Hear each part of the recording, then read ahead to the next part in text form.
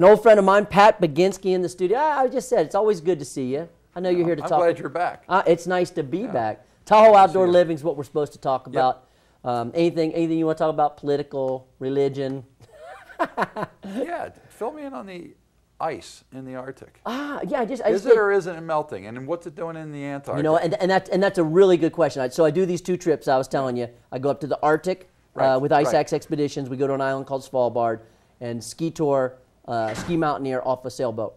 And the ice. And you're sleeping on a boat. And we're sleeping on a boat. Come to shore, hike the mountain, ski down, come back to the boat. Yep, exactly. Polar bear capital of the world. And it's really interesting. There are places we go that you look, you know, that has a navigation system on the sailboat that we're using, steel-hulled sailboat.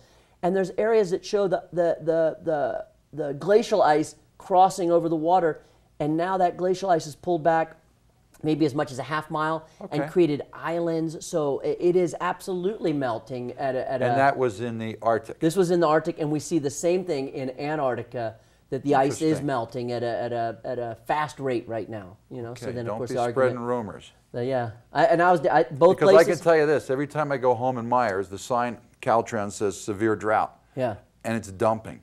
Yeah, it's been raining all week. The whole time I was gone, it rained. It's just a funny sign when you see that. No, it is funny. And I guess, you know, I mean, everyone wants us to talk about, you know, we ought to be conservative, but we're in better shape in Tahoe than the rest of California. I've heard some really tough situations. The recent rain we've had have been great for our gardens and lawns and plant material.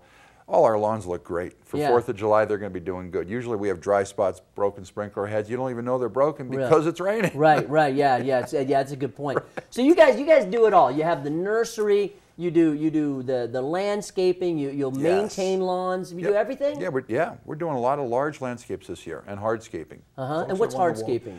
Waterfalls, fire pits, you know, patios. So that's the hardscape. And the softscape is the plant material because it's soft, it's green, it needs water to grow. But the hardscape also. Are you seeing a trend with this drought? 4 years now we're going into a trend of people getting more away from having lawn grass and plants, that sort of thing? Yeah, and we were leaning that way also. Instead of the big expansive lawns, we're still putting lawns in, but they're smaller. You know, and for the kids to go out and the dog to roll around on, but it's not the whole backyard. We're going to play soccer here. Right.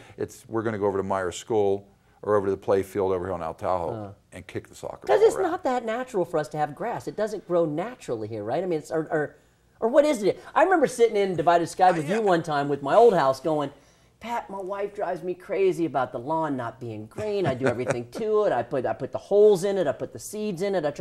And you said, do you have sun? And I said, no. And you said, forget it. It's just going to be tough.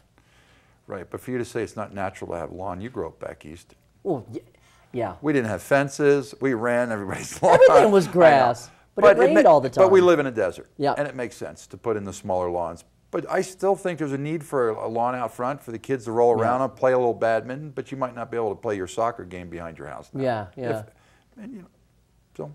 What do you guys spend most of your time doing? Do you guys sell a lot of plants? Do you put a lot of plants in? Do people do it themselves? What do you really spend the most time? What's jumped for us this year is design.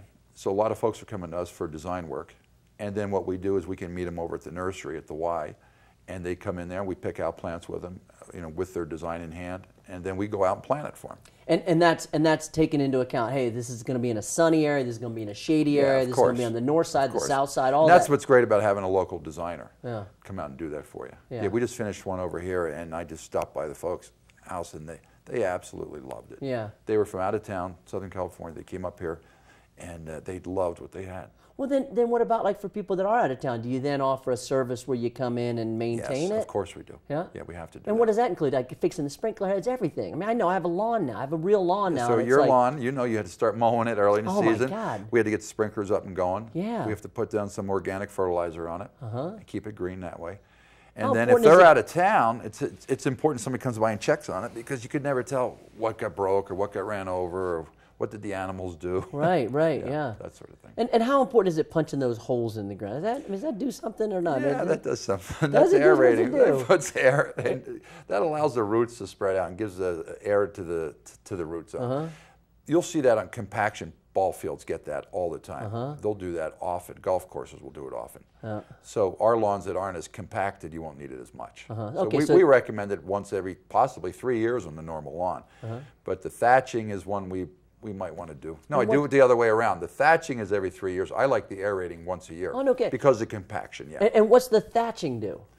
I got a lawn now, Did so you I'm ever asking see all where? these Did you ever see questions. that where a lawn grows up next to a curb, and it gets higher and higher and higher? Yeah. Well, the lawns grow on top of their root systems. They just keep kind of like a pine tree does at the end. You know, it grows further out. Well, the roots do that. They just keep getting higher and higher. So we're removing those old root systems is what we're doing. So the lawns stay thin, and the water can percolate down into the soil better. You got it all going. How long have you been doing this?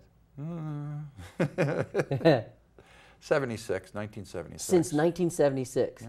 Goodness. Yeah. Has Tahoe changed any since then, Pat? Biggest change? Yeah. There's no dogs in the back of the trucks. What do you mean?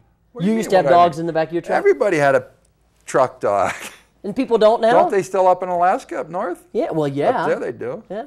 Well, the change was made when the dogs started falling out. No, humanely, we got to tie our dogs in the back of the truck. Oh, you're saying now. back then everybody had them in the back of the pickup. Everybody had a dog Everybody's in got the 'em back in the of your truck. cab. Yeah, everybody had the dog in the back of the Yeah? pickup truck. Jeez. And then the dog came in a frill peak, and the dog was, you know, the dog was in the tavern with you or Yeah. in the restaurant. Back in the day, huh? How's the family doing? You got a big family. How many kids? 6 kids, and we just had our 3rd grandchild. Wow. Wow. And most of the kids are still around? Yeah, my one son had a birth down in Woodford's in the cabin down there. You're kidding. With the local midwife, Lenny Sue, and she came down there, and his wife, Kimberly, is just this little gal, and she had a 10-pound boy. No kidding. Oh, yeah. When was this? Last Saturday. Ah, congratulations. Yeah, so we're going to go down to Placerville and see him today. Good. And you going to keep grooming these kids to stay in the business, or some of them want to stay in there? Yes. Yeah? Yes, I have 2 of them in there right now. Good. Tyler from Cal Poly. He's my oldest. He has a landscape architect degree. Nice. He's helping us out. Wow. And then my other son's finishing up down at Reno with his business degree, and he's real happy to be working with us. Cole. That's good. Yeah. Yeah, and then Working the Tahoe Outdoor Living Nursery is right there just past the Y. Yep, right on 89, like you're heading out towards the beaches on the right-hand side, just 1.5 blocks down the road People on the can right. come in, walk around, see the plants. Yeah, we have more plants now than anybody on South Shore. I always say we've got the largest plant selection, largest nursery with the smallest parking lot. Right, right next. Okay. So we park out back. Park around back is a good spot. Or park with your right there. friend over there at Swiss Mart. Swiss Mart. Oh, God bless them. What a great guy. They're doing great. Yeah, they're doing great. Yeah. You know, they're not from Switzerland, or those guys. Come to find out. Yeah, I did a little background check. We did a little investigative. Swiss Mart, the guys that run it, not from Switzerland. Who knew? Who knew? You're killing me. Pat Baginski, Outdoor Living. Keep up the good work. Come in here more. I got to talk to you more, man. Always good to see you. We'll take a quick break and be back with more of Tahoe Today. Stay with us. Here at Tahoe Outdoor Living Nursery.